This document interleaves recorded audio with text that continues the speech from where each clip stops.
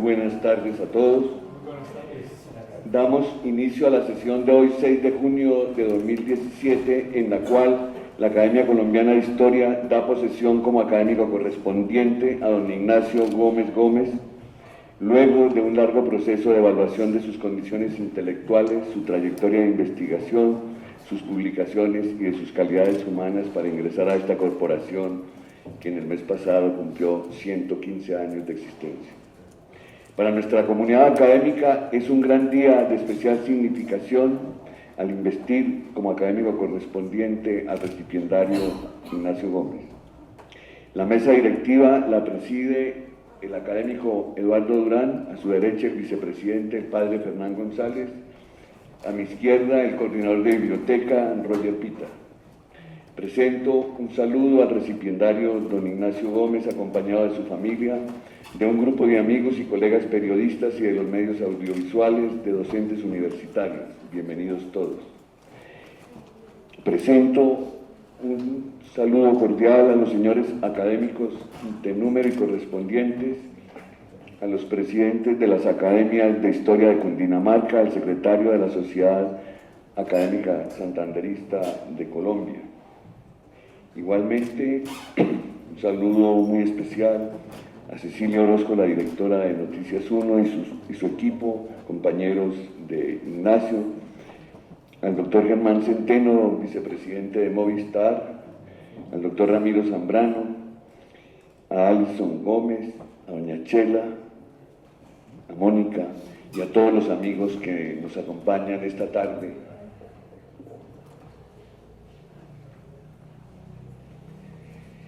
Señor presidente, hay quórum para sesionar. A los ilustres invitados que por primera vez nos visitan, debo recordarles que esta casa, construida en 1838, se le conoce como Casa de las Secretarías, porque durante las primeras décadas de la República fue sede de la Secretaría de Relaciones Exteriores, de la Secretaría de Interior y de Marina y Guerra. Hace 150 años, el 22 de mayo de 1867, este salón se convirtió en templo masónico donde se exaltó al entonces presidente de Colombia, o de los Estados Unidos de Colombia. Gracias. Para recibir al presidente Tomás Cipriano de Mosquera en una ceremonia en la que fue exaltado como gran protector de la masonería en el grado 34. Esta es una muestra más de la megalomanía inventiva del presidente Mosquera, porque la masonería universal no tiene sino 33 grados. El grado 34 de la logia de Ambalema. A la mañana siguiente fue tomado preso en un golpe de Estado y conducido al Observatorio de Bogotá. También fue sede de la Facultad de Jurisprudencia de la Universidad Nacional y, según la tradición, aquí recibió su título de abogado, el que años más tarde fue presidente de esta academia, el doctor y expresidente Eduardo Santos.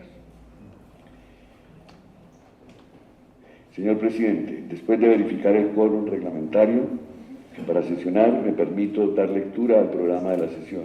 Agradezco a los presentes bloquear los teléfonos móviles para no distraer la atención del auditorio. Orden del día para la sesión de hoy, 6 de junio de 2017. Saludo del señor presidente. Minuto de silencio en homenaje a los 3 académicos fallecidos. Presentación de libros y proposiciones. Como último punto, la posesión de Ignacio Gómez Gómez como académico correspondiente, toma del juramento, disertación sobre el tema de la Primera Guerra Mundial del Ciberespacio en Colombia en 1914-1918, entrega del diploma, imposición del escudo de la academia. Concluido el acto académico, el recipiendario ofrece una recepción a los académicos e invitados. Leído el orden del día, señor presidente. Consideración del orden del día. ¿Lo aprueba la academia? Gracias, señores académicos. Primero, saludo al señor presidente. tardes para todos, señores compañeros de la mesa directiva que me acompañan, señores académicos, señores periodistas, invitados especiales. Nos complace sobremanera presidir esta sesión en la cual optará por el título de miembro correspondiente de esta entidad el doctor Ignacio Gómez Gómez, periodista, investigador, profesor universitario y vinculado a muchas actividades intelectuales a través de su vida. Realmente es para nosotros muy grato contarlo dentro de nuestro seno y estamos seguros que su presencia aquí va a contribuir de manera muy positiva para el engrandecimiento de todos los objetivos que tenemos en esta institución. Me referiré más adelante a las cualidades personales del nuevo académico. Quiero decirles a los señores académicos que hemos tenido un éxito muy importante con la última exposición abierta que se encuentra todavía a disposición del público sobre la vida y obra del expresidente Virgilio Barco Vargas con motivo de conmemorarse los 20 años de su fallecimiento.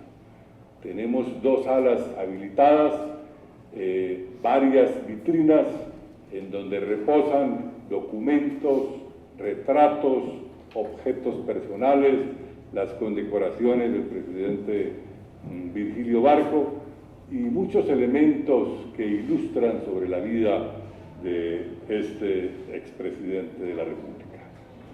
Continuaremos con esta labor de, de darle una especial connotación a todo lo que tiene que ver con las conmemoraciones.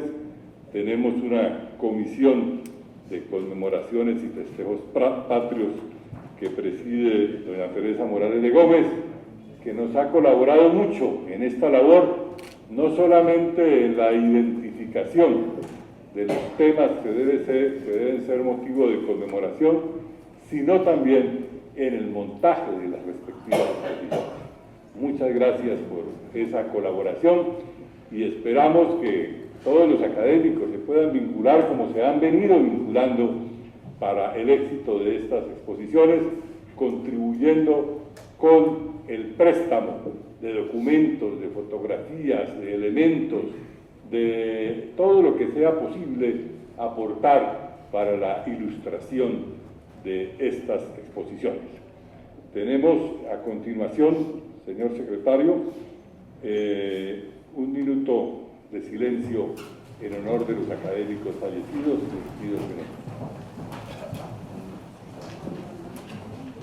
Un homenaje a académicos correspondiente Raúl Aguilar Rodas, al académico correspondiente doctor Carlos Restrepo Piedrahíta y al académico numerario Fernando Barriga del Diestro.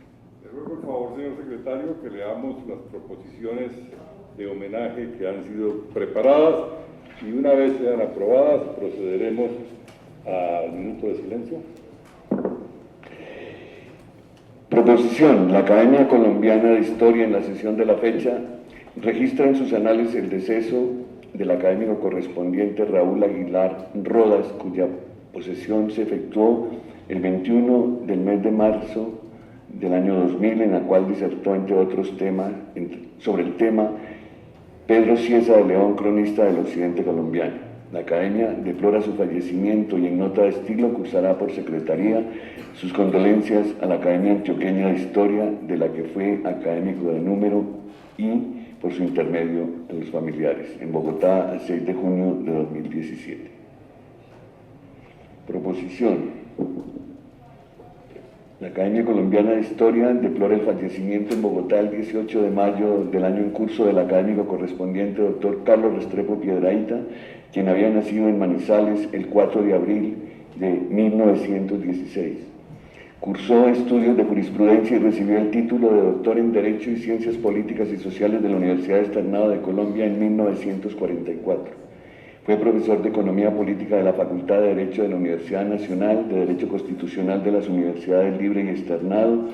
Ingresó a la Academia Colombiana de Historia el 20 de febrero de 1990 con la disertación sobre el tema El Congreso Constituyente de Cúcuta de la Villa del Rosario de 1821. Fue un distinguido jurista, diplomático, docente universitario, vinculado por toda una vida a la Universidad Externado de Colombia, de la cual fue rector en 1989, y deja un legado de exalumnos y una obra bibliográfica extensa y de alto valor en la rama de su especialidad. La Academia expresa su condolencia a sus hijos y a su alma mater, la Universidad Externado de Colombia, en Bogotá, el 31 de mayo de 2017. Acuerdo número 1 del 2017 por el cual se rinde homenaje a un académico de número. La Academia Colombiana de Historia, considerando que el 6 de mayo de 2017 falleció en la ciudad de Bogotá el académico de número ingeniero Fernando Barriga del Diestro, quien había nacido en Bogotá el 18 de febrero de 1930. Que el académico Barriga del Diestro estudió Ingeniería Civil en la Universidad Nacional de Colombia y se graduó de ingeniero civil en 1956, que ingresó a la Academia Colombiana de Historia el 15 del mes de octubre de 1996 y disertó sobre el tema Finanzas en la Independencia de Cartagena de Indias 1810-1815, que ocupó la silla número 24 que ocupaba el académico Ricardo Ortiz McCormick y se posesionó como académico numerario con la disertación Bolívar y las finanzas de la independencia.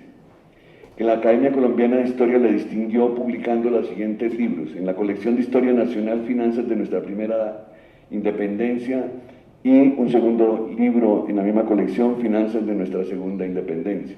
En la colección Bolsilibros, Las riquezas de las Indias y los reyes de España. Como también colaboraciones en el Boletín de Historia y Antigüedades sobre temas de numismática, heráldica y finanzas de la emancipación de Colombia. Que en la coordinación de la Biblioteca Eduardo Santos reemplazó al académico Luis Horacio López en el periodo 2006-2012 y también fue bibliotecario de la Sociedad Bolivariana de Colombia. Por las anteriores consideraciones, la Corporación acuerda: primero, la Academia Colombiana de Historia deplora la muerte del académico de número ingeniero Fernando Barriga del Diestro y expresa sus condolencias a su hijo y demás familiares. Artículo segundo. Rendir homenaje a la memoria del ilustre académico Barriga del Diestro con el ceremonial de duelo que establecen los estatutos de la Corporación por 3 meses cuando se declarará su silla vacante. Artículo tercero. Destacar la disciplina investigativa y divulgación en las áreas de las finanzas de la independencia, la heráldica y la numismática. Artículo cuarto. Publicar en el Boletín de Historia y Antigüedades, en la sección Vida Académica, el texto del presente acuerdo acompañado de una semblanza biográfica y una relación bibliográfica de sus publicaciones a cargo del director de publicaciones. Artículo sexto. Comunicar de su deceso a las Academias Nacionales de Historia de la Asociación Iberoamericana de Academias, de las cuales fue académico correspondiente. Artículo séptimo. Enviar a sus familiares el presente acuerdo de duelo en nota de estilo rubricada por el presidente y el secretario de la Academia. En Bogotá, el 31 de mayo de 2017, proposición suscrita por los integrantes de la mesa directiva en la sesión extraordinaria del día 31 de mayo de 2017. En consideración las proposiciones leídas, ¿las aprueba la Academia? Gracias, señores académicos. Procedemos entonces al minuto de silencio en homenaje a los académicos fallecidos.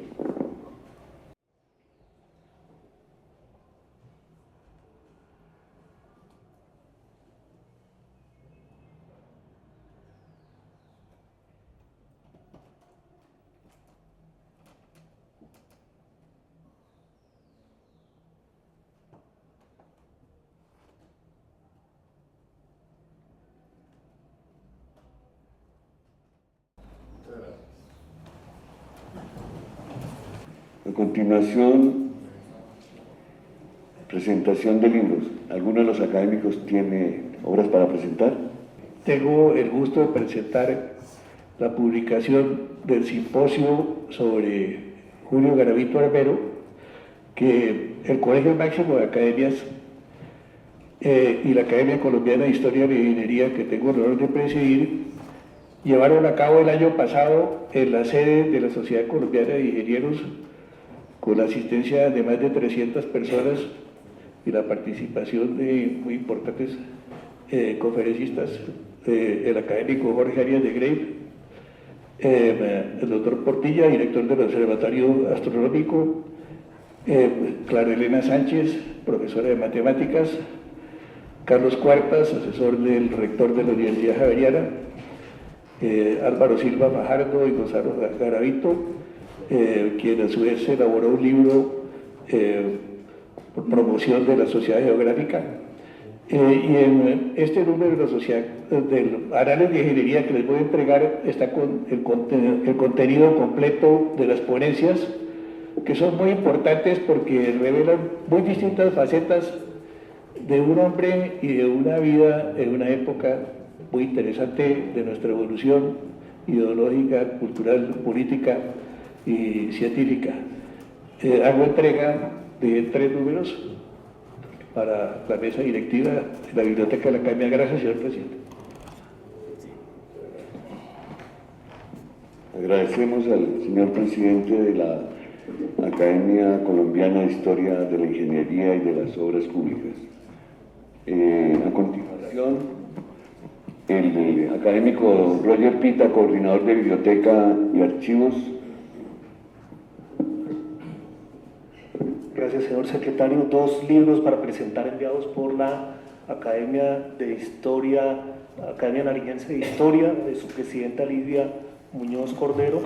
El primero, ¿por qué fueron realistas los pastuzos?, del académico Emiliano Díaz del Castillo Sarama, y Raíces del Pueblo Nariñense, una colección de 4 tomos sobre la genealogía de este departamento. Gracias.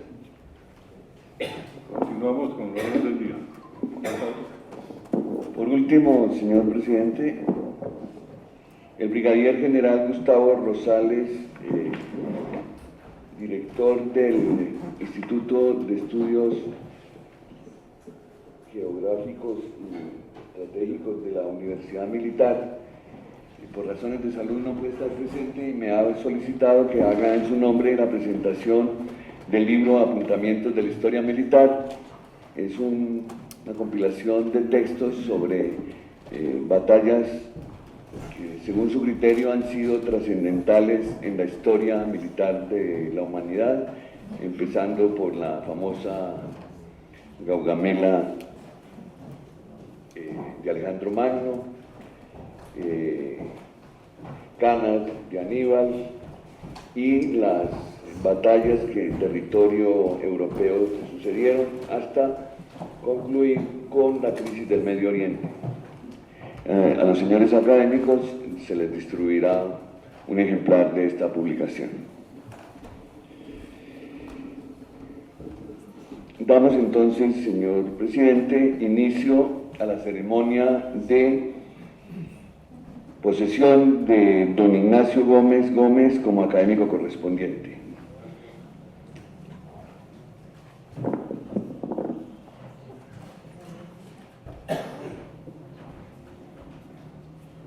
Para esta academia resulta muy grato dar la bienvenida en calidad de miembro correspondiente al doctor Ignacio Gómez Gómez. Nacido en la ciudad de Manizales, periodista de la Universidad de Impau, con estudios en la Universidad de Harvard y con experiencia en la Comisión Interamericana de Derechos Humanos, en la Fundación para la Libertad de Prensa, en el Centro para la Integridad Pública, Reporteros Sin Fronteras y Fondo para el Periodismo Investigativo. Cuenta además el nuevo académico con experiencia docente en las universidades Javeriana, del Rosario, Santo Tomás, Central, Miami University, Católica de La Paz y Stanford. Ha estado vinculado al periodismo de investigación en Noticias 1, Fundación para la Libertad de Prensa, Consorcio Internacional de Periodismo en Washington, Instituto de Prensa en Lima y Nueva York, en El Espectador, la revista alternativa, Editorial Planeta y el diario El Siglo. Ha sido acreedor a numerosos premios nacionales e internacionales y cuenta con 10 publicaciones del mayor interés en donde ha reflejado el trabajo de sus investigaciones sobre diversos temas, muy especialmente relacionados con guerrilla y narcotráfico, que implica también un gran conocimiento de las realidades del país y de su accidentado acontecer histórico. Nos ha traído el doctor Gómez como trabajo de recipiendario una interesante investigación sobre la manera como surgieron las tecnologías en las comunicaciones y cómo éstas fueron utilizadas por las naciones en diversos sistemas estratégicos y muy especialmente en los episodios derivados de los conflictos violentos. El tema es novedoso y para su ejecución realizó investigaciones en varios países y comienza desde los albores del siglo XX, cuando la Primera Guerra Mundial ocupó la atención de todos los países del planeta y cuando los intereses de la geopolítica comenzaron a echar mano de esas nuevas formas en las comunicaciones para acortar distancias, para divulgar y consolidar estrategias y para dictar órdenes de ejecución inmediata. Estas herramientas tecnológicas que surgían como un instrumento clave para la guerra fue lo que dio origen a otras revoluciones relacionadas estas con el comercio, con la divulgación del conocimiento y con la apertura del desarrollo de la industria en todos sus órdenes. Pero dejemos que sea el nuevo académico que entre a narrarnos el resultado de su investigación, pues estoy seguro que nos va a colocar en un escenario novedoso para esta institución que motivará a muchos académicos a acercarse a este apasionante tema sobre el cual hay mucho que decir para poder reflexionar sobre la verdadera esencia de los acontecimientos del pasado. Bienvenido, doctor Ignacio Gómez Gómez, a esta academia, en donde esperamos contarlo como un permanente colaborador en todos nuestros programas, en donde usted sabrá enriquecerlos con el aporte decidido de su experiencia y con la dedicación permanente para los temas que nos ocupan. Muchas gracias.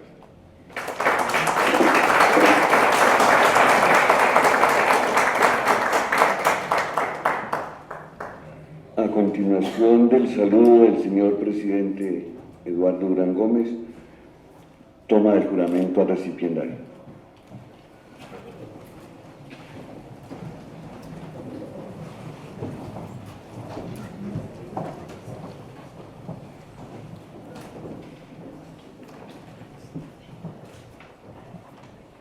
Doctor Ignacio Gómez Gómez, jura usted por esta academia cumplir fielmente los deberes que le impone el cargo de miembro correspondiente para el cual ha sido elegido? Juro. Si así lo hiciere, la academia se lo premia, si no, ella se lo demande.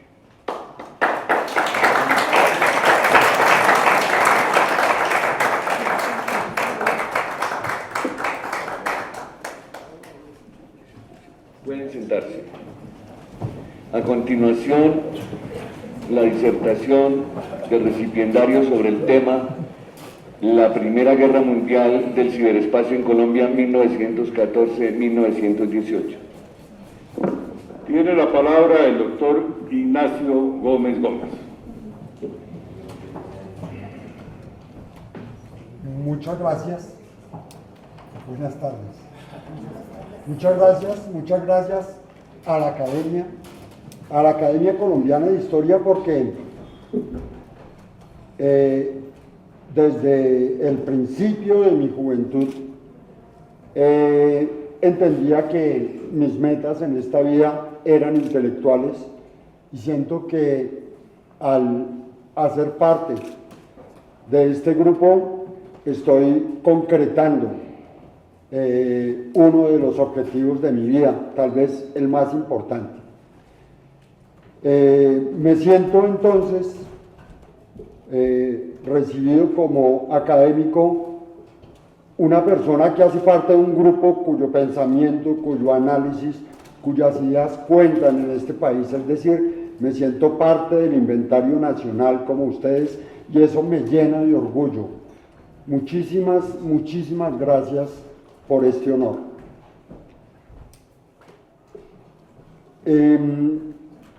Yo soy un reportero de investigación, pero inicialmente comencé mi carrera como historiador en el proyecto de la historia moderna de Colombia.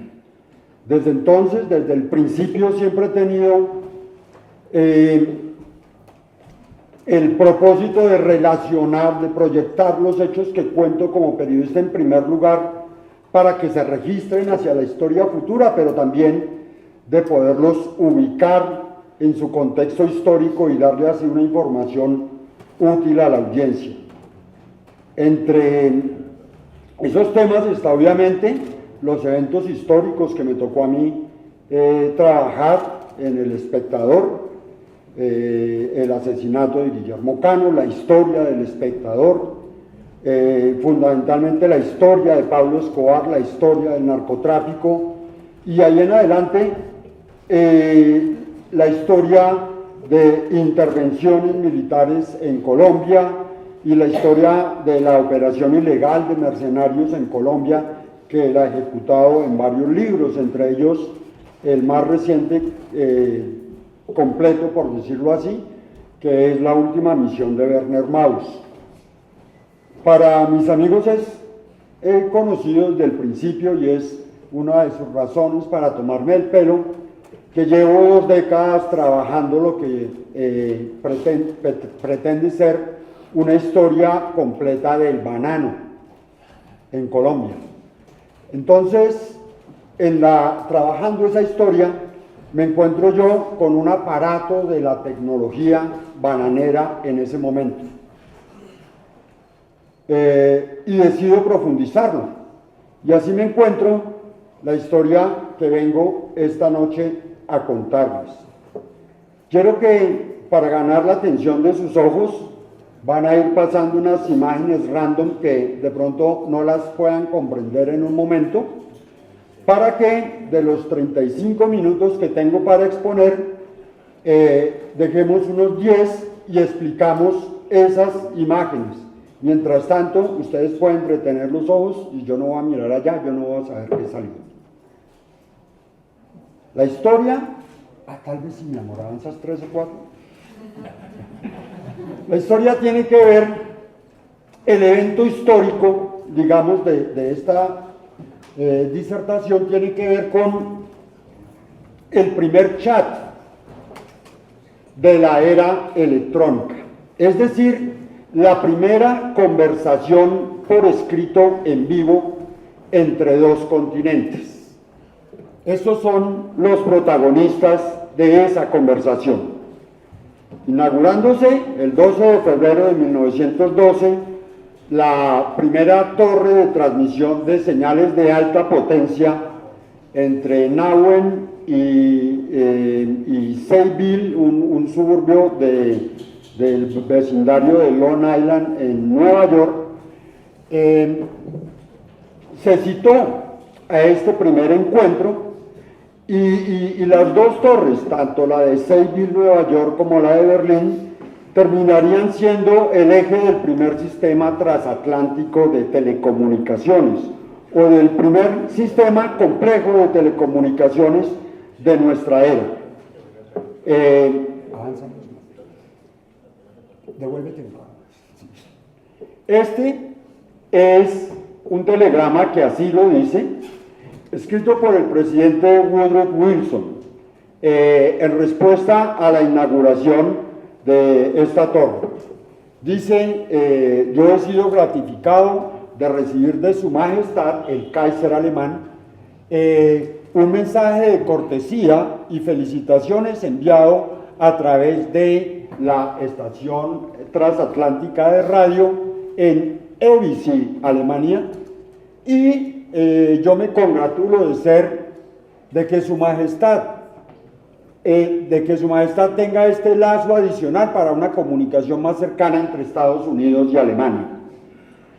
El encuentro entre periodistas se trataba simplemente de probar el sistema de comunicación por primera vez transatlántico,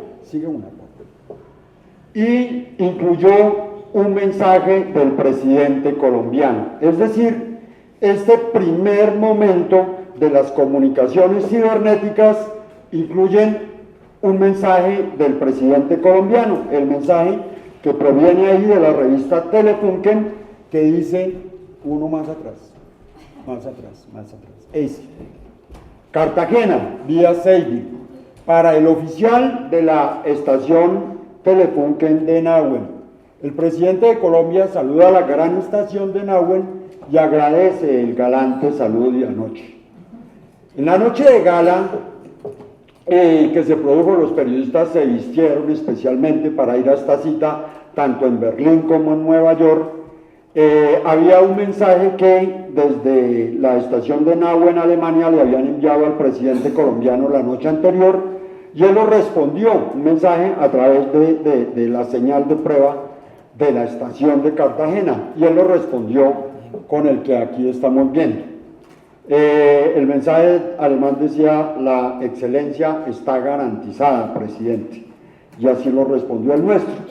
El mensaje de Woodrow Wilson es todavía más simpático, porque en el cumpleaños de Woodrow Wilson, el 28 de diciembre, los alemanes encontraron la forma de hacerle llegar el mensaje, y Woodrow Wilson no tenía cómo responderlo, porque él mismo no le había autorizado la licencia a la estación de Nahuen. Entonces, en el momento de firmar la autorización, dijo: yo lo autorizo, pero mi primer mensaje es este, y es el que acabamos de ver. Obviamente, no partimos de cero. Para este momento,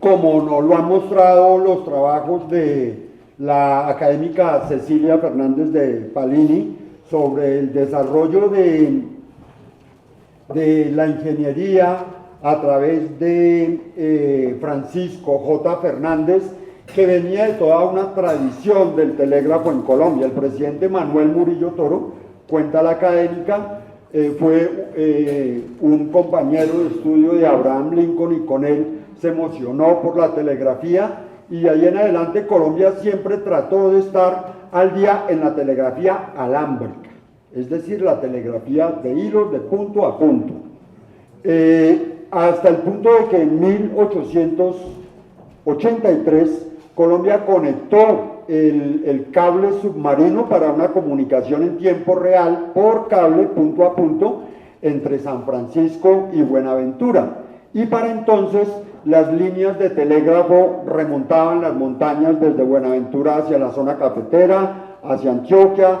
hasta la costa, y lo fundamental que era Bogotá. Pero pues ese último cuarto de siglo yo creo que ha sido de los peores de nuestra historia. Ese último cuarto del siglo XIX está lleno de guerras, y uno de los objetivos militares de la guerra era el telégrafo. Parte de la guerra era cortar las líneas telegráficas, de manera que cuando termina la guerra de los 1000 días, para que se den cuenta del tamaño del esfuerzo que Colombia había hecho, había casi 10.600 kilómetros de líneas de cobre, es decir, habían sobrevivido frente a una destrucción que todavía está difícil de medir. Es importante también que para esta época Colombia no era un país neófito en materia de comunicaciones, pues desde la presidencia de Manuel Murillo se había creado la escuela, de un nombre muy bonito, Escuela Nacional de Magnetismo, Electricidad y Telegrafía. Entonces, digamos, había no solo una infraestructura, sino también un interés presidencial del gobierno por mantenernos al día en telecomunicaciones, y el presidente Rafael Reyes, que sucede inmediatamente a la guerra de los 1000 días, se preocupa por tratar de establecer las líneas. Pero esto todavía está en la parte de las nebulosas. Creo que Ramón González Valencia comienza las negociaciones con la empresa Siemens & Haskell, que había hecho la primera máquina Hughes, que era una especie de piano, no propiamente una máquina de escribir, sobre la cual se escribían los caracteres, y era capaz ella de imprimir el telegrama, por decirlo así, es decir, la escritura automática. Y esto iba, lo digo que debía ser un negocio del presidente Ramón González, porque coincide con su época y porque la única línea que tenía habilitado el servicio era la de Vélez. Su sucesor fue Carlos R. Restrepo. Y digamos que a través de la relación entre Siemens & Haskell y la presidencia se concretó un negocio, una iniciativa, un emprendimiento que es el que nos llama la atención. Avanza por ahí, termina hasta el mapa. Ahí. Devuélvete al otro mapa. Este es el sitio del accidente del Titanic. Como miran ustedes, la distancia entre Terranova, la distancia Nueva York a la que sucedió el accidente y la forma en la que los barcos que transitaban por esa ruta a través de uno de los primeros sistemas inalámbricos pudo hacer la llamada de auxilio y acudir en el famoso naufragio al famoso rescate naval. Y esta era la infraestructura que Colombia contrató un mes después del accidente, del incidente del Titanic. El incidente fue en abril, creo que 28, y el contrato lo firmó el canciller Marco Fidel Suárez en febrero de 1912 para establecer 4 antenas de alta potencia, una en Cartagena, una en Seville, la otra en Nauen, un vecindario de Berlín, y finalmente en Togo, la colonia alemana en África del Sur. Las primeras comunicaciones, digamos la inauguración de la sede de la estación se produjo informalmente, como ya hemos dicho, el 12 de febrero de 1914, pero la misma publicación advierte que a Colombia le hace falta cumplir algunos requisitos, como por ejemplo registrar su estación en Berna, Suiza, en la Organización Internacional de Comunicaciones, que en ese momento se llamaba la Conferencia, y hacer otros trámites de registro y estándares para eso, pero de hecho recibió los mensajes de prueba. Completó sus requisitos el 28 de octubre de 1914, con tal infortunio que la guerra había empezado el 1 de agosto.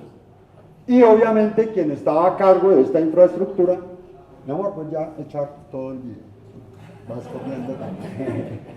Y a partir de la iniciación de la guerra en 1914, era notoria la ventaja alemana sobre Inglaterra y los llamados aliados, en el sentido de que Alemania había dotado a sus barcos mercantes inicialmente, convertidos a militares con aparatos de telecomunicaciones, mientras que este tipo de progresos no se estaban dando en Francia o en Inglaterra a la misma velocidad.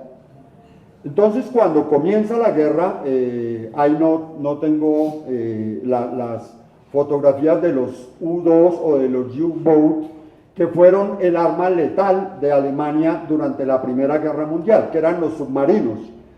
Pero estaba la tecnología dispuesta para que cada submarino pudiera izar una antena y recibir señales de alta potencia en alta mar.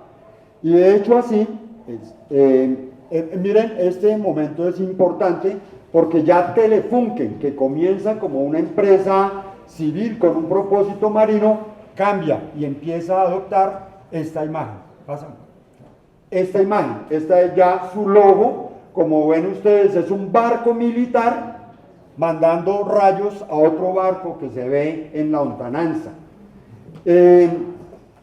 Siemens de hecho había cumplido contratos militares, había desarrollado ideas militares locas todas alrededor de las telecomunicaciones. Digamos que Siemens en contratos para el ejército alemán había constituido la primera red militar de telecomunicaciones y obviamente cualquier comunicación made in Germany era un objetivo militar de los británicos en ese momento.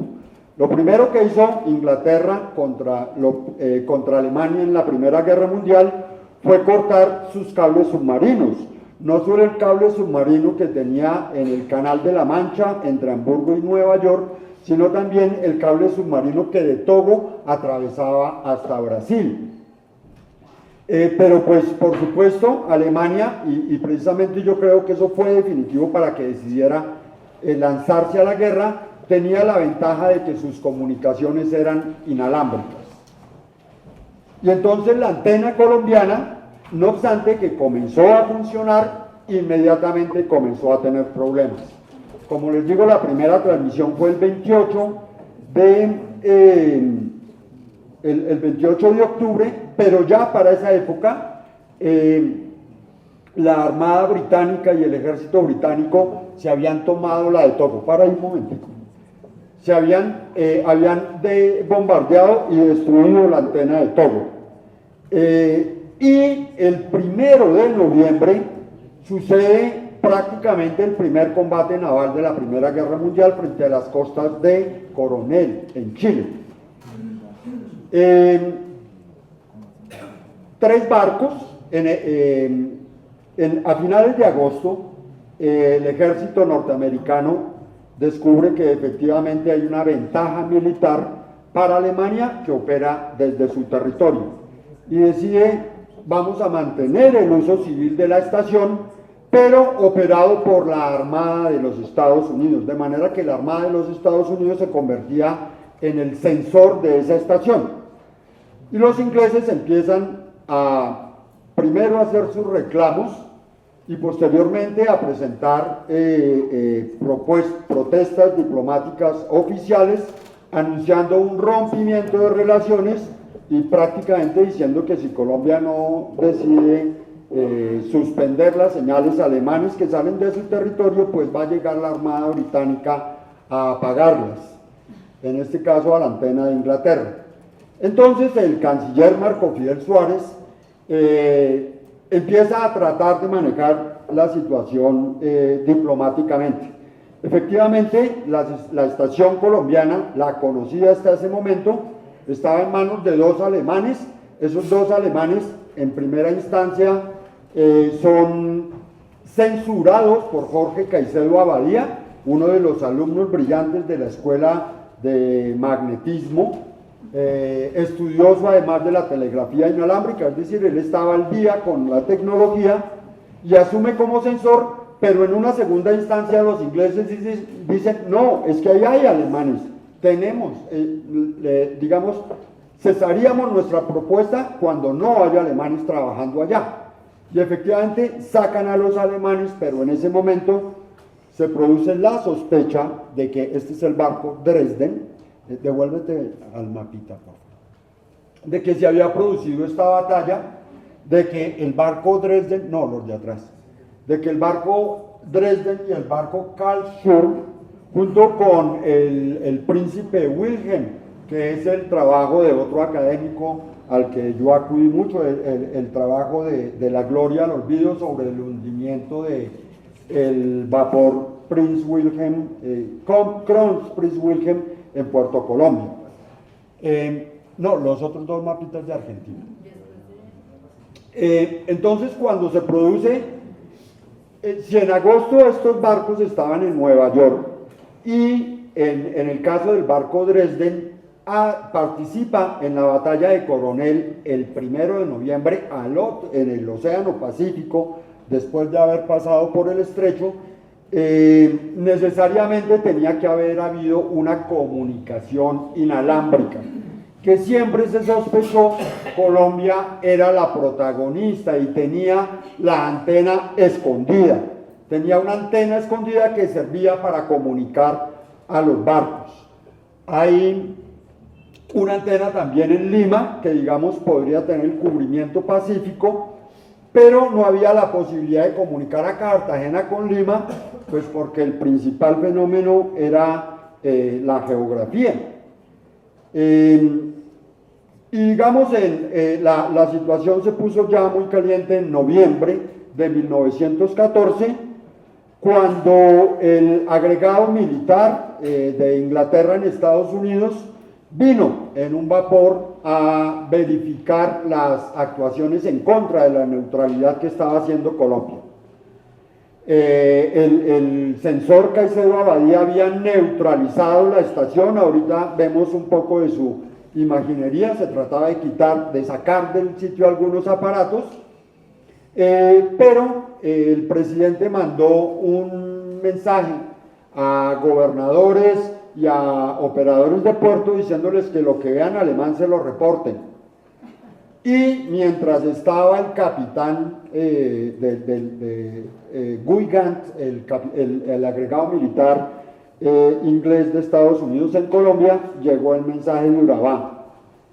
Señor presidente, nos encontramos un barco y una estación inalámbrica que no habían sido reportadas. ¿Qué hacemos? Este fue el inicio de la investigación. De hecho, en la historia del banano, el académico, creo, James Parsons, había escrito sobre la colonización de Antioquia y sobre ese emprendimiento alemán en Urabá, y ese no fue. No sobre el banano, sino sobre Urabá. Sí, exacto, sobre una salida al mar. Urabá, una salida al mar, se llama su texto. Y cuenta. James Parsons. Entonces él cuenta este emprendimiento alemán con tecnología de última punta para llevar el banano a Hamburgo de la misma forma en la que los norteamericanos lo habían llevado de Santa Marta a Nueva York. Y finalmente convencen al gobierno, le dicen, no, es que para nosotros podernos comunicar en alta mar necesitamos un barco con antena de alta potencia capaz de establecernos las comunicaciones mercantes que hacemos. Pero en el comienzo de la guerra, de un momento a otro, desaparecieron todos los alemanes, abandonaron el inalámbrico y dejaron a Colombia en medio de semejante lío. La negociación se prolonga. Alemania presiona por un lado porque Colombia nunca dejó de tener relaciones, ni un embajador, al contrario, el embajador más simpático de esa época en Bogotá era el embajador alemán, el único que hizo un aporte de su país en plena guerra al terremoto de 1917. Era el equilibrio, el equilibrista, el canciller Marco Fidel Suárez, tratando de evitar meterse en la guerra, como terminaron declarando la guerra a otros países latinoamericanos, como Chile, Brasil, Argentina. Hasta que finalmente, en medio de la presión, la Armada norteamericana también cierra la estación de Seville, también dice que solo militares norteamericanos pueden operarla, aunque ya vamos a ver que ellos en realidad querían era multiplicar su tecnología y armar lo que podríamos llamar la primera World Wide Web, o sea, la primera red inalámbrica de carácter mundial que permitía mensajes instantáneos en cualquier parte del planeta.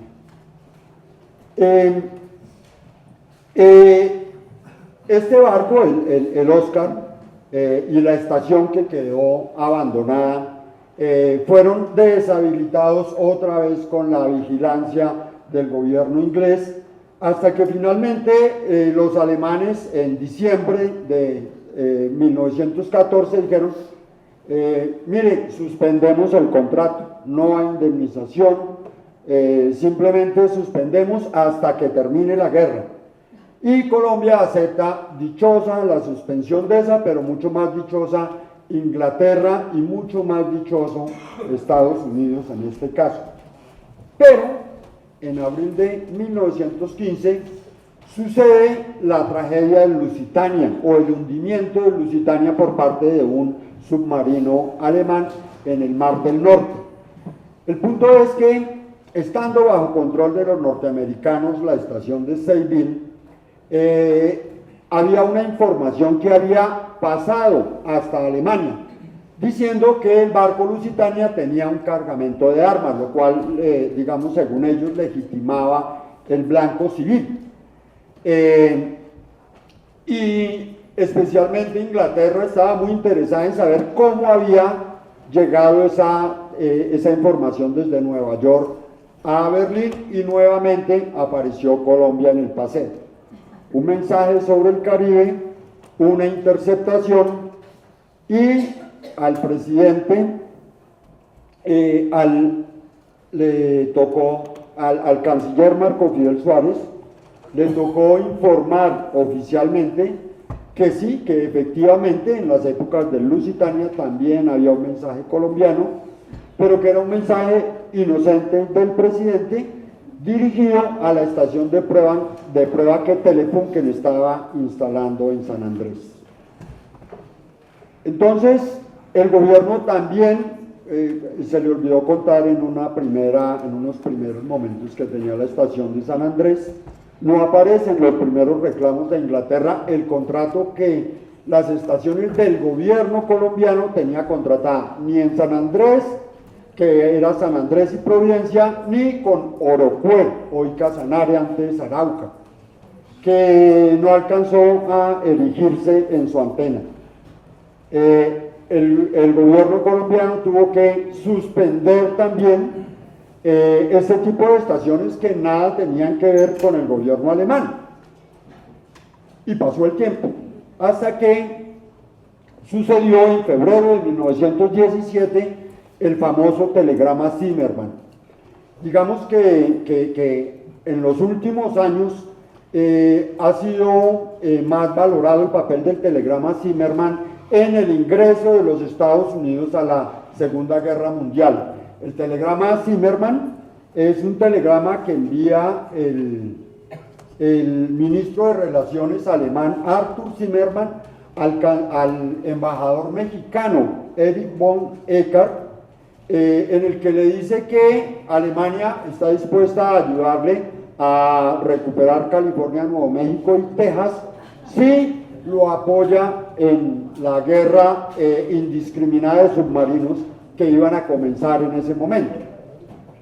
Y nuevamente vuelve a estar Colombia metida en el lío, porque Colombia tiene unas estaciones allá.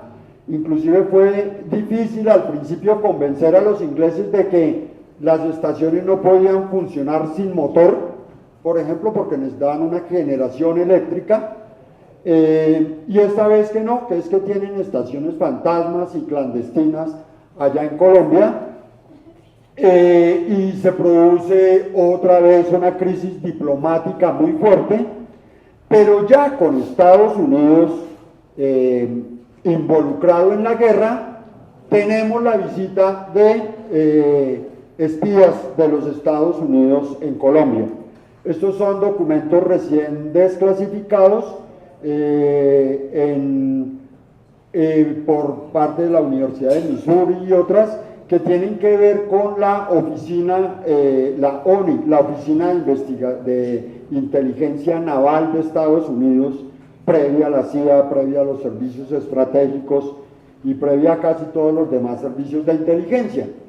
Entonces ahí hay un agente A65, que inicialmente ese agente empieza a buscar los ocupantes y los posibles contactos de los barcos, el Kronprinz Wilhelm, el Karl Ruch y el Dresden, que pudieron haber tenido en el Caribe. Él tiene su sede de operaciones en el Canal de Panamá. Entender el momento del Canal de Panamá es fundamental, porque a partir de noviembre de 1914, es decir, unos días antes de la inauguración de nuestra estación, se abría el Canal de Panamá y todo el comercio cambiaba. Es decir, la idea era que cualquier barco, que los barcos que transportan por lo menos la mitad de la carga del mundo, tuvieran que utilizar como comunicación la estación colombiana. El espía de los Estados Unidos, el agente secreto, viene a Colombia, investiga inicialmente un mercado muy grande de titanio, la explotación brutal ecológicamente que Alemania hacía del río Atrato, pero también era fácil entender que el barco en Urabá, el uranio en todo el Atrato, el río más caudaloso del mundo, generaba la desconfianza de que desde el principio los U-2 que podían hacerle daño a Estados Unidos no estuvieran escondidos en el mar, sino dentro del Atrato. Entonces estaba buscando ese punto. Pero fundamentalmente, esa gráfica no la tengo, la quedaría debiendo. Si usted traza una línea recta desde Cartagena hacia la cordillera oriental, encuentra un punto blanco, es decir, un punto sin obstáculos hasta el páramo de Letras. Y si mira desde el páramo de Letras hacia el occidente, encuentra el Océano Pacífico. Es decir, el páramo, el Alto de Letras, cerca a Manizales, sería un lugar ideal para la estación que los ingleses y los norteamericanos pensaban que había en Colombia. Y efectivamente entra el agente norteamericano y se encuentra alemanes en Medellín, en Barranquilla, encuentra alemanes por doquier, pero lo preocupa sobre todo la presencia de los alemanes en la zona cafetera, y encuentra en teoría al agente alemán de Nueva Orleans, que era prófugo desde el principio porque le habría dado información al Karl Rusch y al Dresden, y encuentra quien parece ser él en el páramo de Letras, cuando se pierde entre la bruma en busca de la antena clandestina. De hecho, es un hecho que la Telefunken tenía tecnología suficiente para montar una antena de alta potencia a través de sistemas ingeniosos como por ejemplo el globo de helio, que le servía para trepar la antena y no tenía que, digamos, establecerla de metal como tal. Y la historia, por lo menos lo que he trabajado, termina en que el norteamericano asesina al alemán sin el mayor remordimiento, se lo encuentra en el camino del Alto de Letras y lo arroja por el barranco y explica, ay no, fue un accidente que se le chisporreteó, simplemente nuestros caballos se chocaron y sucedió esto. A mí, bueno, entonces ahora sí empecemos desde el 1.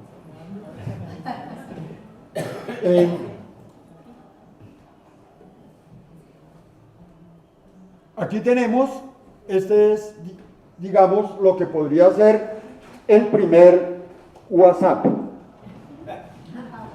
Es el aparato, esta es la estación de Cartagena, es la oficina del sensor de Cartagena.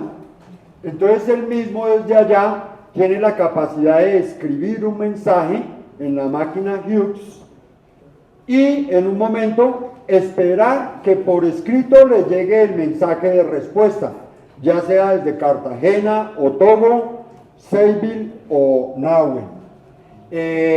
Digamos que la tecnología básica de todo lo que hoy en día son los aparatos electrónicos está ahí y en los aparatos que más tarde vamos a ver. Sigue. Esta es la sonda Rosetta, que me parece que es el paralelo de punto a punto, porque la sonda Rosetta es de 2014 y transmitió sus mensajes desde 500.000 millones de kilómetros, desde ese satélite o asteroide de nombre impronunciable. Next. Estos, como veíamos, eran la mitad de ese primer chat histórico que se vistieron de gala para ir a conversar en tiempo real con sus colegas de Nueva York. El mensaje del presidente Wilson, que ya explicamos, el del presidente colombiano, el registro del mensaje del evento y del mensaje colombiano en la historia del New York Times. El punto del Titanic, ya explicamos cómo era su relación. Miren mira la distancia que hay sobre la nueva línea larga y la distancia de la comunicación del Titanic. Esta es la estación de Cartagena, proviene de la revista de Telefunken, así funcionaba. Esta es la estación de Long Island. Esta, la que sigue, es la estación de Nauen en Alemania, 1914, y esta la de Togo. Siguen. Estos, más tarde vamos a ver pedazos de la gráfica. Este es como el primer esfuerzo de control que se hace en diciembre de 1912. Pero ya cuando se advertía que hay que combatir a los piratas, como el señor que está arriba, pero con tecnología buena, seria, como el amplificador que está debajo del que es también de Telefunken. Así.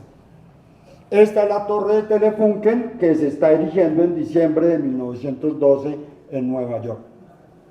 Estos son los sensores que comienzan a prepararse con esta nueva reglamentación.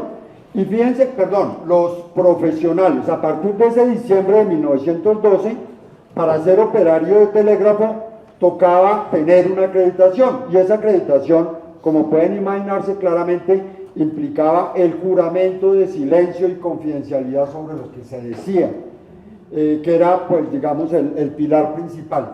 Pero a partir de ese momento, digamos, ya en 1912 se consolida el entrenamiento en tecnología, en telegrafía electrónica, y fíjense ustedes que la mitad de los estudiantes o más son de la Armada. Pasa. Ya veíamos cómo Telefunken cambia su logo a este, pasa.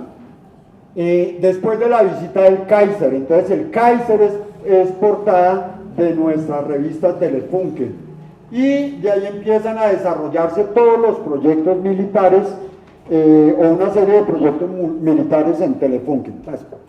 Este es el proyecto de la primera World Wide Web, es decir, la primera www del mundo. Es curioso que suceda por lo menos 80 o 90 años antes de que se formule la www como tal. Pero el proyecto de Telefunken proviene de la misma publicación, explica cómo todo el mundo podía estar tendido con redes marinas. Llamo la atención sobre la comunicación Arlington-San Francisco, que estaba, que era una licitación de Estados Unidos, precisamente la que motivó su pelea con Carl Ferdinand Brown. Y de ahí la estación San Francisco-Honolulu, que daba después las de Samoa. Todas estas tres estaciones planteaban superar los retos que ya se habían cumplido en la comunicación transatlántica para hacerla ahora transpacífica. Esta era, pues, el logo inocente de Telefunken. Fíjense cómo se trata de los rayos hacia un barco civil, y la siguiente es ya el logo símbolo, la identidad publicitaria que asumieron de una manera mucho más agresiva. Este es el Carluch, uno de estos barcos de precisamente frente a las costas de Chile. Fíjense cómo, si quieres pasa, este es el Dresden, de un barco mercante se pasa a un barco militar. Fíjense que entre los dos mástiles mayores hay una cuerda que teje, que es la antena de alta potencia. Esa era la que creaba la diferencia con los demás barcos. Este es el sitio de la batalla de Coronel. Ya vimos cuál era el problema de que los alemanes cibernéticamente tuvieran un canal de Panamá prácticamente. Next. Esta es la ruta de escape del Carluch y del Dresden desde Nueva York, que son los que terminan dando la vuelta en la batalla de Coronel. Y este es el anuncio muy bonito de cómo se abrió la agencia. Devuélvete. Ha sido restablecido el servicio inalámbrico transoceánico para Alemania y Austria. Tarifa de Alemania 54 centavos y Austria 62. Más la tarifa ordinaria hasta Nueva York. Los despachos son aceptados a riesgo del expedidor, deben ser de carácter neutral en inglés, alemán, francés o español y no pasar de 25 palabras incluyendo dirección y firma. Las direcciones deben ser amplias, no registradas, llevarán no menos de 4 palabras, firmas 2 palabras. Todo despacho está sujeto a que los censores lo cambien y no debe contener palabras unidas y otras evasivas. Entre otras, el censor Jorge Abadía tenía la capacidad de que cuando sospechaba que en un mensaje había un mensaje clave, pues él simplemente reescribía el mensaje con otras palabras y sin que el usuario pudiera quejarse. Ya esta es la toma militar de Estados Unidos a la sede de Sayville. Sí. Estas son las medidas que toma Francia para buscar las señales de alta potencia de Alemania. Entonces fíjense cómo adaptaron a Tour Eiffel para poderle instalar las antenas que pudieran recibir esos mensajes, por lo menos interceptar los que iban hacia Nauen. Esta es una caricatura que muestra la diferencia tecnológica y tal vez un punto que en mi rápida presentación omití, que es fundamental. Y es la competencia entre Carl Ferdinand Braun y Guglielmo Marconi, que recibieron juntos el Premio Nobel de Física en 1909. Aunque, digamos, muy frecuentemente solo se menciona a Guglielmo Marconi, era Carl Ferdinand Braun, específicamente el que estaba a cargo personalmente del proyecto Cartagena, Nauen, Sayville, Togo. Era un proyecto de Carl Ferdinand Braun y él estuvo involucrado directamente en la negociación. En la disertación extensa, que se podrá ver en el boletín en diciembre, espero, está el detalle de cómo fue la relación de él con este proyecto, porque él en medio de la guerra viaja por el Atlántico Norte para llevar la última antena a Nauen, y cuando está en Estados Unidos le prohíbe salir. Hay rumores, la historia sobre él es bien difusa, bien confusa, inclusive en Inglaterra, y hay publicaciones norteamericanas que lo señalan a él como la persona que inventaba químicos para matar gente en la Primera Guerra Mundial, como uno de los científicos involucrados en eso. Por supuesto, su hijo, que es su principal biógrafo, niega esta afirmación, de manera que el profesor Braun muere en abril de 1917 en Nueva York, sin poder, habiendo viajado en 1915, sin poder visitar la estación de Sayville con motivo de las restricciones que le había puesto el gobierno norteamericano. Entonces, perdón, en la anterior. Entonces, fíjense cómo en esta publicación de 1914 está insinuada toda la comunicación cibernética de hoy. Y frente a la tableta de clavijas caricaturiza, digamos, la precariedad de las comunicaciones de Marconi, mientras que tiene al fondo la electrónica, la telefonía no se conoce ni se patenta hasta la década siguiente, con tecnología Telefunken. Sígueme. Este es uno de los barcos, obviamente. Quiero que miren otra vez la antena. Este es, ya no me acuerdo, el Karl Schur, antes de ser convertido en vapor militar. Sigue. Esta es esa y sigue. Estas dos son la tecnología del globo antena que les decía, que se completa con la siguiente. La comunicación también de los cepelines. El tiro era izar la bandera en un globo antes que en metal. Así. Esta es la antena de Lima. No era más potente que la de Cartagena, pero sí está completamente frente al Pacífico y daba toda la perspectiva. Esta es la antena esta es la estación de Togo, que era la colonia alemana en África. Siguen. Esta es la antena de Togo al fondo, con mejor contraste se debería ver la antena. Sigue. Y esta es la noticia de su caída durante la guerra. No, vea la anterior. Esta es la noticia explosiva del New York Times, en donde ya después de la observación, cuando ya todo parecía estar calmado con las antenas, aparece en el último párrafo una desconstrucción inexcusable. Se trata de que el secretario Bryan de Estados Unidos le presentó el reclamo por los inalámbricos a la comisión negociadora de la indemnización por el Canal de Panamá, que estaba en Estados Unidos, en vez de que lo hiciera el embajador británico en Bogotá. Entonces la prensa del Tiempo, El Espectador, El Liberal, publican la protesta y el secretario Bryan se enfila contra El Tiempo y El Espectador, pero fíjense la última anotación de la noticia. Colombia encontró un barco y un inalámbrico abandonados, cuando ya todo parecía estar calmado. Sí. Aquí hablan del último telegrama y las circunstancias en las que se daba, digamos, se trataba de recomponer la estación. Cuenta la historia cuánto ganaba el alemán, cuánto ganaban los dos alemanes. Dice que con lo de su sueldo más lo de sus sirvientes se puede completar lo del sueldo del censor colombiano que puede operarla, pero obviamente cuando ya, esto es del 13 de diciembre y el 8 del 13 de noviembre y el 8 de diciembre es cuando Telefunken dice paremos, ya no sigamos con esto hasta que no termine la guerra. Sí. Estos son las instalaciones de Panamá, de Cartagena, cómo fue la construcción en Cartagena. Este es el mástil principal, sigue, el desmonte para hacer ese mástil.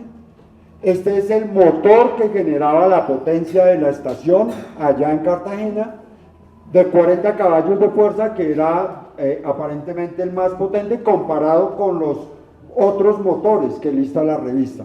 Este es el anterior, este es el sender, sí. Este es el emisor de mensajes de la misma estación. Y siguiente, aquí lo vemos en la parte de atrás. Entonces fíjense cómo aquí está la Hughes y más atrás está el sender y más adelante vamos a ver el receptor. Siguiente. Este es otro protagonista de la historia. Este es el llamado Old Building, el edificio del Comando de la Armada de los Estados Unidos, que conforma su grupo OB-40, o el primer servicio militar de inteligencia, de señales de inteligencia, dedicado a interceptar mensajes. Es decir, este es el mismo de la película Mente Brillante, del telegrama Zimmerman, y desde el cual interceptaban las comunicaciones del presidente de Colombia y de las estaciones nacionales. Siguiente, amor. Esto es un detalle que muestra cómo hoy en día, esta es la foto oficial de la Armada Británica, conserva las antenas navales de alta potencia que se ven en la parte de arriba en contraluz con el azul. Este es la red de Telefunken, todas antenas de alta potencia, hay una hasta de 1600 kilómetros. Tengan en cuenta que la de Cartagena era de 3500. Hay hasta una de 1600 kilómetros que a través de la cual se enredó el telegrama Zimmerman y llegó finalmente a la estación de Nuevo México, de México City. Y este es el telegrama Zimmerman. Como ustedes ven, es literalmente cifrado, es decir, en vez de letras tiene cifras. Entonces, el primer ejercicio de esa oficina que vimos allá de la OB-40 era poder encontrar el significado de esos números. Y es después de criptar, de descifrar ese mensaje, que se hace el telegrama Zimmerman. Es decir, ese es el texto original del telegrama Zimmerman. Y obviamente las noticias sobre el telegrama Zimmerman vuelven y dicen, pero es que Colombia tiene unas antenas inalámbricas allá y el fantasma, y vuelven y nos caen encima. Siguiente. Esta noticia es muy curiosa, es una noticia pequeña del New York Times, que menciona a un empresario, Alder H. Brown. Alder H. Brown resulta ser el mismo agente A65 y está denunciando cómo los alemanes se metieron a negociar minerales y cómo tienen, digamos, toda la zona paisa bajo su control cultural, por decirlo así.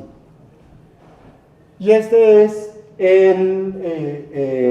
digamos, la base de ese servicio, primer servicio de inteligencia de Estados Unidos, que es el agente alemán que intermediaba con el embajador y Venustiano Carranza, que tan pronto se conoció el telegrama Zimmerman, decidió volverse colaborador de los Estados Unidos, contar toda su historia y en parte aportar detalles para la charla que hemos tenido hoy. Creo que esa es la última. Me faltaba mencionar que el trabajo bibliográfico tiene mucho que ver, digamos, con las tecnologías contemporáneas. Hay una ONG que mantiene al aire una estación emisora y receptora del radio de tubos, de los primeros experimentos de la radio en Berna, que se llama Radio Museum, y Radio Museum se ha dedicado a recoger todas las publicaciones sobre la radio. Entonces fue gracias a ellos que pudimos conseguir toda la revista de Telefunken.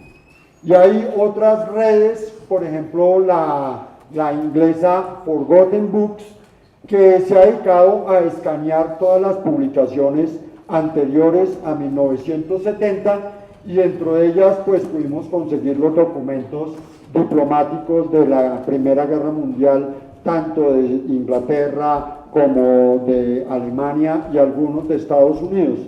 Y finalmente el trabajo de Jamie Brown, que es precisamente este profesor de la Universidad de Missouri, que se ha dedicado a desclasificar los documentos de inteligencia militar de la Primera Guerra Mundial. Es eso, muchísimas gracias.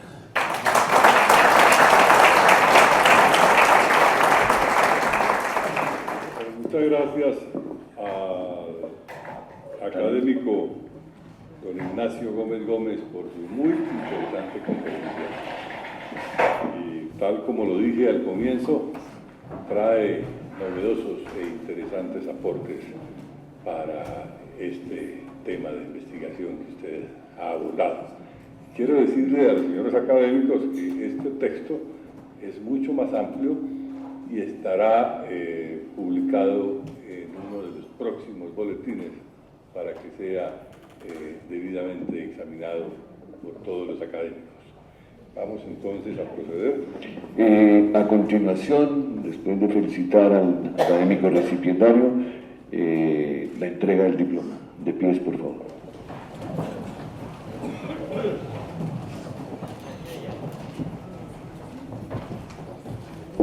El diploma correspondiente dice así: República de Colombia, la Academia Colombiana de Historia, en atención a los merecimientos del señor don Ignacio Gómez Gómez, lo ha elegido como miembro académico correspondiente de la corporación.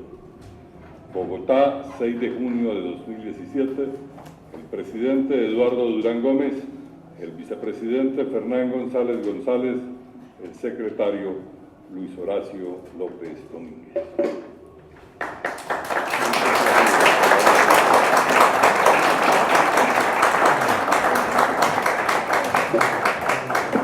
Ahora Pueden sentarse. Pueden sentarse.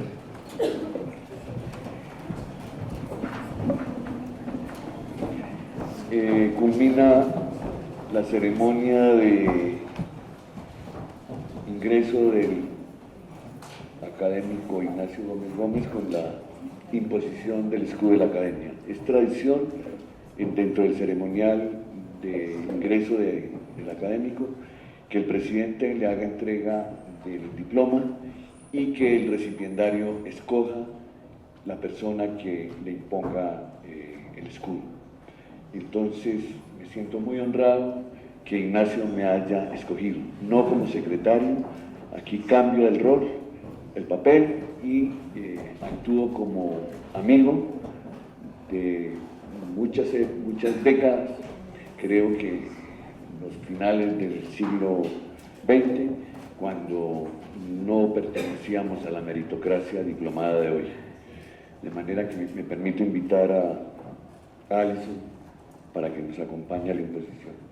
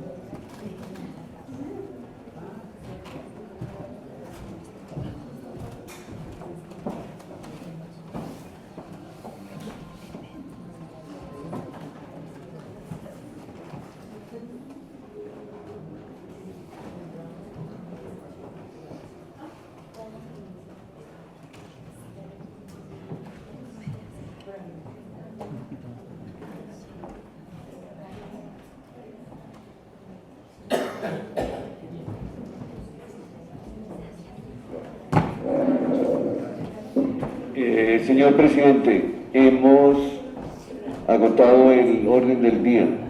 El recipiendario a continuación ofrece una recepción en este salón a los académicos y a los invitados especiales. Muchísimas gracias por su presencia.